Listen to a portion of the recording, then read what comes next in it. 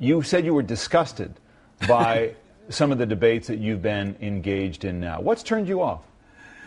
Well, I guess it's the uselessness of some of this rhetoric. I mean, arguing over who mows Mitt Romney's lawn? I mean, in the midst of a crisis, a sovereign debt worldwide crisis, the biggest in the history of the world, and the financial system of the world is about to collapse. We're about to have another devaluation of not our currency, but our credit rating.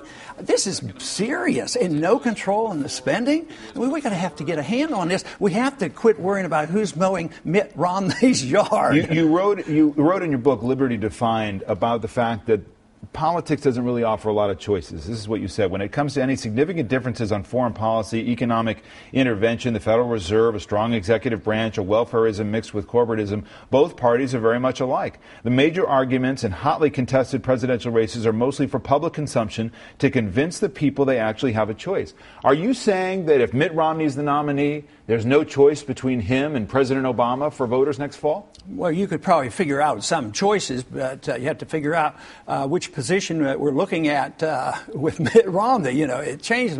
But my point is, would there be a change in foreign policy? No, there would not be.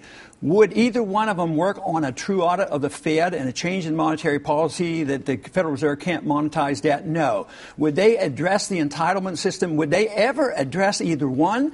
That we should have concern about our debt and cut something like $1 trillion because we're on the road to fiscal insanity and a breakdown of the world financial market? No, there would not be a significant difference between the two, although on the edges maybe. I think Mitt Romney now is probably very sincere about his right to life issue, and probably on the tax issues there would be some differences. But the big issues, the big policies, regardless, I mean, Obama was elected as a peace candidate and expanded the war, and he goes into war without even congressional approval. I mean, when the Republicans get in and they're against regulations, they give you no child left behind prescription drug programs and Sarbanes-Oxley. So no, the regulatory system, the spending, the deficits, the printing of money, they stay the same, and that's what the streets are telling us. Whether it's the occupiers or whether it's the